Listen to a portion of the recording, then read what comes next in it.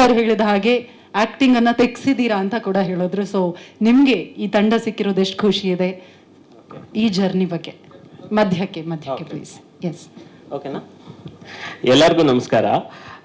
First of all, ನಮ್ಮ Kannada industry ಶುರುವಾಗಿ ಇವತ್ತಿಗೆ 90 ವರ್ಷ ಕಳೀತು. ಈ 90 ವರ್ಷ ಕಾಲ ಇದನ್ನ ಕಟ್ಟಿ ಬೆಳೆಸಿ ಅದಕ್ಕೆ ಕಾರಣಕರ್ತರಾದ ಪ್ರತ್ಯಕ್ಷ ಹಾಗೂ ಪರೋಕ್ಷವಾಗಿ ದುಡ್ದಂತ ಎಲ್ಲ ಹಿರಿಯರ ಪಾದಗಳಿಗೆ ನಮಿಸುತ್ತಾ ನನ್ನ ಭಾಷಣ ಶುರು ಮಾಡೋಕ್ಕೆ ಇಷ್ಟಪಡ್ತೀನಿ.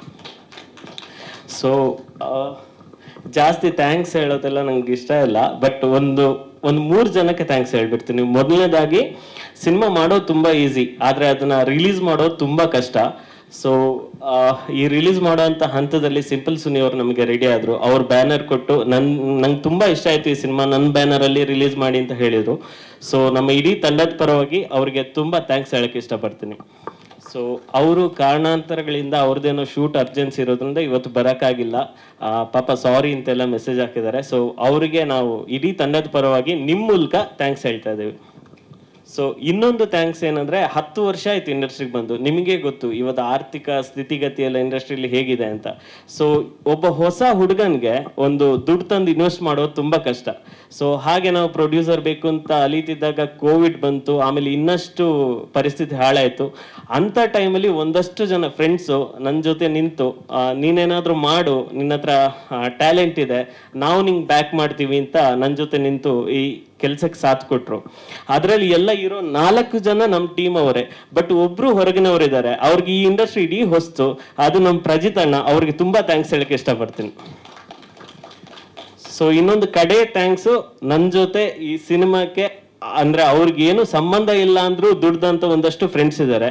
ಮೇಜರ್ ಆಗಿ ನಾವು ಶೂಟ್ ಮಾಡಿದೀವಲ್ಲ, ನೀವು ನೋಡ್ತಾ ಇದೀವಲ್ಲ, ಆ ಊರಲ್ಲಿ ಇರುವಂತ ಒಂದಷ್ಟು ಫ್ರೆಂಡ್ಸು. ಸೊ ಅವರಿಗೆ ನಿಮ್ಮ ಮೂಲಕ ಥ್ಯಾಂಕ್ಸ್ ಹೇಳಕ್ಕೆ ಇಷ್ಟಪಡ್ತೀನಿ.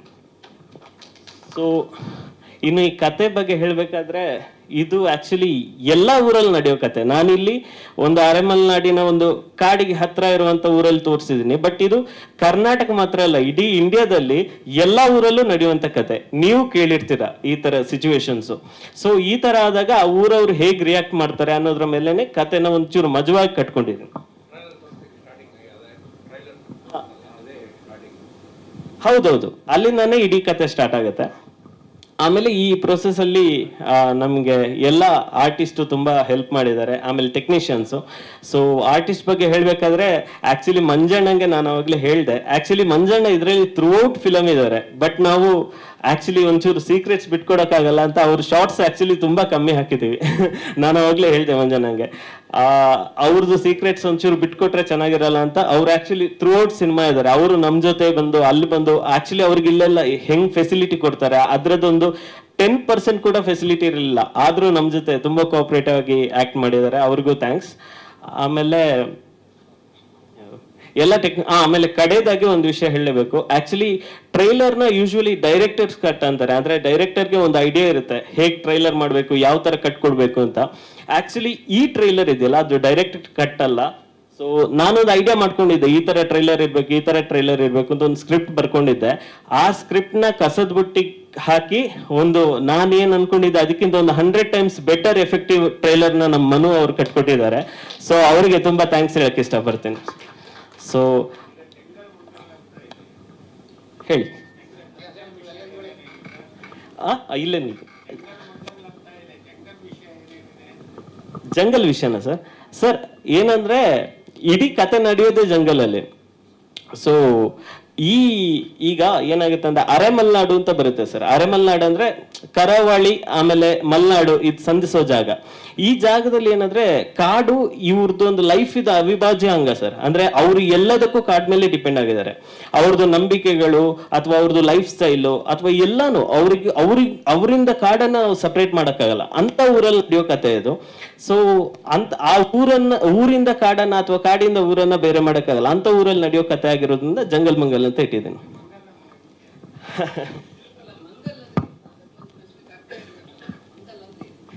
ಸರ್, ಜಂಗಲ್ ಮಂಗಲ್ ಅಂದ್ರೆ ಆಕ್ಚುಲಿ ಇದೊಂದು ಜಂಗಲ್ ಮತ್ತೆ ಮಂಗಲ್ಗೆ ಬೇರೆ ಬೇರೆ ಅರ್ಥ ಇಲ್ಲ. ಜಂಗಲ್ ಮಂಗಲ್ ಅನ್ನೋದು ನುಡಿಗಟ್ಟು, ಒಂದು ಸ್ಪೆಸಿಫಿಕ್. ಎಸ್, ಇಲ್ಲಿ ಅಂದ್ರೆ ಹಿಂದಿನಲ್ಲಿ ಏನು ವರ್ಡ್ ಇದೆಯಲ್ಲ ಸರ್, ಅದನ್ನು ನಮ್ ಕಡೆ ಉತ್ತರ ಕರ್ನಾಟಕದ ಕಡೆ ಒಂದಷ್ಟು ಜನ ಯೂಸ್ ಮಾಡ್ತಾರೆ. ಅಂದ್ರೆ ಈಗ ಒಂದು ಭಾಷೆ ಅಂದ್ಮೇಲೆ ಒಂಚೂರು ಕೊಡಿಕೊಳ್ಳುವಿಕೆ ಇರುತ್ತೆ. ನಾವು ಉತ್ತರ ಕರ್ನಾಟಕ ಕಡೆ ಏನ್ ಮಾಡ್ತಾರೆ ಅಂದ್ರೆ ಸೇಮ್ ಸಿಚುವೇಶನ್ ಅಲ್ಲಿ ಹುಡುಗ ಹುಡುಗಿ ಸಿಕ್ಕಾಕೊಂಡ್ರೆ ಅದನ್ನ ಜಂಗಲ್ ಮಂಗಲ್ ಅಂತ ಬಳಸ್ತಾರೆ. ಸೊ ನಾನು ಇದನ್ನ ಆಕ್ಚುಲಿ ಇನ್ನೊಂದು ವಿಷಯ ಹೇಳ್ಬೇಕು. ನಾನು ಆಕ್ಚುಲಿ ಈ ಸಿನಿಮಾಗೆ ಅಂದ್ರೆ ನನ್ನ ಫಸ್ಟ್ ಸ್ಕ್ರಿಪ್ಟ್ ಬರೀತಾ ನಾನು ಹೆಜ್ಜೆ ಮೂಡದ ಹಾದಿ ಅಂತ ಹೆಸರಿಟ್ಟಿದ್ದೆ.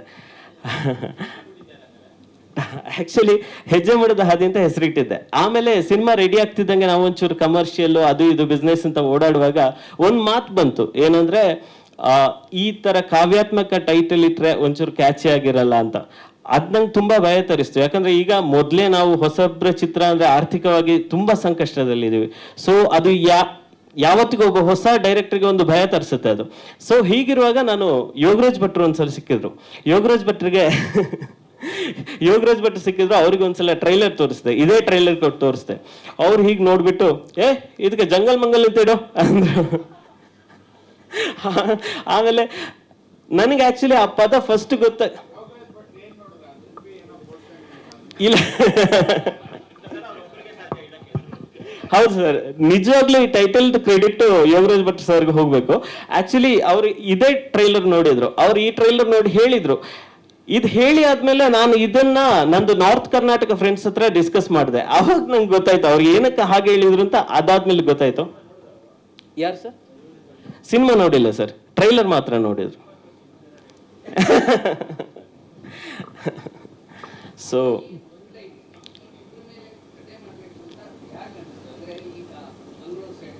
ಹೌದು.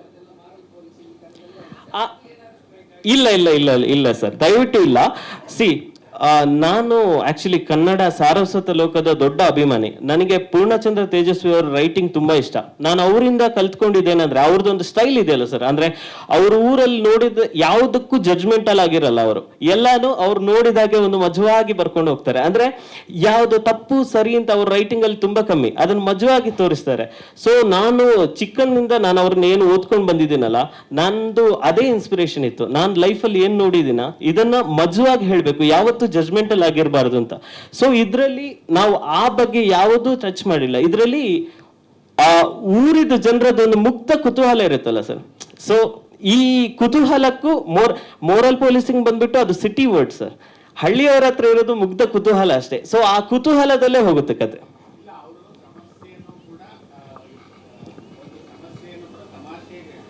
ಹೌದೌದು ಹೌದು ಹೌದು ಸರ್, ಅಷ್ಟು ದೊಡ್ಡವನಲ್ಲ ನಾನು. ಅಂದ್ರೆ ನಾನು ಜಸ್ಟ್ ಅವ್ರ ಸ್ಟೈಲ್ ನ ಇಟ್ಕೊಂಡಿದ್ದೀನಿ ಅಷ್ಟೇ. ಸೊ ಅವರಷ್ಟು ಆಳವಾಗಿ ಖಂಡಿತ ನನ್ನಿಂದ ಸಾಧ್ಯ ಇಲ್ಲ ಸರ್.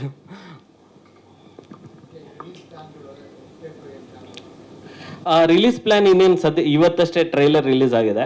ಸೊ ಕರ್ನಾಟಕದಾದ್ಯಂತ ರಿಲೀಸ್ ಆಗುತ್ತೆ. ಎಲ್ಲ ಕಡೆ ನಾವು ಮಲ್ಟಿಪ್ಲೆಕ್ಸ್ ಅಲ್ಲಿ ರಿಲೀಸ್ ಮಾಡ್ಬೇಕು ಅಂತಿದ್ವಿ, ಹಾಗೂ ಒಂದಷ್ಟು ಸಿಂಗಲ್ ಸ್ಕ್ರೀನ್ ಅಲ್ಲೂ ರಿಲೀಸ್ ಆಗ್ತಿದೆ. ಕೊನೆಯದಾಗಿ ಅದೇ ಸಿನಿಮಾ ಅಂದ್ರೆ ನಾವ್ ಇಡೀ ತಂಡ ಒಂದು ಸೇರಿ ಕಟ್ಟಿರೋ ಕೂಸು ಇದು. ಈಗ ನಿಮ್ಗೆಲ್ಲ ಗೊತ್ತು, ಏನು ನಾನು ಹೇಳ್ಬೇಕಾಗಿಲ್ಲ, ಹೊಸ ಟೀಮ್ದು ಪರಿಸ್ಥಿತಿ ಹೇಗಿದೆ ಇಂಡಸ್ಟ್ರಿಯಲ್ಲಿ ಅಂತ. ಸೊ ಈ ನಮ್ಮ ಮಗು ಜನರ ಹತ್ರ ರೀಚ್ ಆಗ್ಬೇಕಾದ್ರೆ ನಿಮ್ಮೆಲ್ಲರ ಸಹಕಾರ ತುಂಬಾ ಅಗತ್ಯ. ಸೊ ದಯವಿಟ್ಟು ನಮ್ಮ ತಂಡನ ಕೈ ಹಿಡಿದು ನಡೆಸಿ ಅಂತ ಕೇಳ್ಕೊತೀನಿ. ಹೌದೌದು ಹೌದು. ಅಂದ್ರೆ ನಾವು ಕರಾವಳಿ ಭಾಗಕ್ಕೆ ಅಂತ ಫೋಕಸ್ ಮಾಡ್ತಿಲ್ಲ ಸರ್. ಯಾಕಂದ್ರೆ ಈ ಕಥೆ ಇದೆಯಲ್ಲ, ಅಂದ್ರೆ ನಾನು ಪುತ್ತೂರಲ್ಲಿ ಹುಟ್ಟಿ ಬೆಳೆದಿರೋದು. ಸೊ ನಾನ್ ನೋಡಿರೋ ಕ್ಯಾರೆಕ್ಟರ್ಸ್ ನಂಗೆ ಪೋರ್ಟ್ರೇ ಮಾಡಕ್ ಈಸಿ ಆಗುತ್ತೆ ಅಂತ ಅದನ್ನ ತಗೊಂಡಿದ್ದೀನಿ. ಬಟ್ ಇದ್ರಲ್ಲಿ ನಡೆಯೋ ವಿಷಯ ಇದೆಯಲ್ಲ, ಏನ್ ವಿಷಯ ನಡೆಯುತ್ತೆ ಅದು ಯೂನಿವರ್ಸಲ್ ಸರ್. ಅಂದ್ರೆ ಪ್ರಪಂಚದ ಯಾವುದೇ ಭಾಗದಲ್ಲಿ ನೋಡಿದ್ರು ಅವ್ರಿಗೆ ಪಟ್ ಅಂತ ಗೊತ್ತ. ಅಂದ್ರೆ ಭಾರತದ ಯಾವುದೇ ಭಾಗದಲ್ಲಿ ನೋಡಿದ್ರು ಅವ್ರಿಗೆ ಪಟ್ ಅಂತ ಅರ್ಥ ಆಗುತ್ತೆ. ಹೌದು ಹೌದು. ಖಂಡಿತ ಸರ್, ಖಂಡಿತ. ಅಂದ್ರೆ ಅದು ನಮ್ಮನ್ನ ಲೀಡ್ ಮಾಡಕ್ಕೆ ಸುನಿ ಸರ್ ಎಲ್ಲ ಇದ್ದಾರೆ, ಅವ್ರ ಜೊತೆ ಒಂಚೂರು ಡಿಸ್ಕಸ್ ಮಾಡಿ ಖಂಡಿತ. ಬಟ್ ಮಂಗಳೂರು ಕಡೆ ನಾವು ಒಂಚೂರು ಜಾಸ್ತಿ ಫೋಕಸ್ ಮಾಡ್ತಿದೀವಿ ಸರ್. ಯಾಕಂದ್ರೆ ಅಲ್ಲಿದ್ದು ನೇಟಿವಿಟಿ ಆ ಜನರಿಗೆ ಬೇಗ ಕ್ಯಾಚ್ ಆಗೋದ್ರಿಂದ ಆ ಕಡೆ ಒಂಚೂರು ಫೋಕಸ್ ಮಾಡ್ತಿದ್ವಿ. ಬಟ್ ನಮಗೆ ಈ ಸಬ್ಜೆಕ್ಟ್ ನೋಡಿದ್ರೆ ಎಲ್ಲ ಕಡೆ ಜನ ಖಂಡಿತ ಎಂಜಾಯ್ ಮಾಡ್ಬೋದು ಇದನ್ನು. ಎಸ್ ಇದು ಲೈಟ್ ಹಾರ್ಟೆಡ್ ಹ್ಯೂಮರ್ ಅಂತ ಹೇಳ್ಬೋದು. ಅಂದ್ರೆ ಥ್ರಿಲ್ಲರ್ ಅಂತ ಬಂದ್ರೆ ತೀರಾ ಡಾರ್ಕ್ ಆ ಥರ ಇಲ್ಲ, ಏನೂ ಇಲ್ಲ, ತೀರಾ ಲೈಟ್ ಹಾರ್ಟೆಡ್ ಆಗಿ ಹೋಗುವಂತ ಹ್ಯೂಮರ್. ಸೊ ಎಂಡಿಗೆ ಬರ್ತಾ ನಿಮ್ಗೆ ಥ್ರಿಲ್ ಆಗ್ತಾ ಬರುತ್ತೆ. Yes, thank you. ಮತ್ತೆ ಕೇಳ್ಕೊತಾ ಇದ್ದೀನಿ, ಎಲ್ಲರೂ ದಯವಿಟ್ಟು ನಮ್ಮನ್ನ ಕೈ ಹಿಡಿದು ನಡೆಸಿ. ಇದು ಮೊದಲ ಪ್ರಯತ್ನ, ನಮ್ಮ ಇಡೀ ತಂಡದ ಪರವಾಗಿ ಇದು ಮೊದಲ ಪ್ರಯತ್ನ. ಸೊ ನೀವು ನಮ್ಗೊಂದಷ್ಟು ಹೆಲ್ಪ್ ಮಾಡಿ ನಮ್ಮನ್ನ ಜನರ ಹತ್ರ ತಲುಪಿಸಿದ್ರೆ ನಾವು ಇನ್ನೊಂದಷ್ಟು ಸಿನಿಮಾ ಮಾಡುವುದು. ನನಗೆ ಸೆಕೆಂಡ್ ಸಿನಿಮಾ ಸಿಗೋದು ನಿಮ್ ಕೈಲಿದೆ, ಸೊ ದಯವಿಟ್ಟು ಸಪೋರ್ಟ್ ಮಾಡಿ. ರಕ್ಷಿತ್ ಅವರೇ, ನಿಮ್ಮ ಓದು, ನಿಮ್ಮ ಬರವಣಿಗೆ, ನಿಮ್ಮ ಕೈ ಹಿಡಿಲಿ, ನಿಮ್ಮ ಚೊಚ್ಚಲ ನಿರ್ದೇಶನ ಕನ್ನಡಿಗರು ಅಷ್ಟೇ ಪ್ರೀತಿಯಿಂದ ತಪ್ಕೊಳ್ಳಿ. All the very best and thank you so much Rakshit Kumar ಅವರಿಗೆ.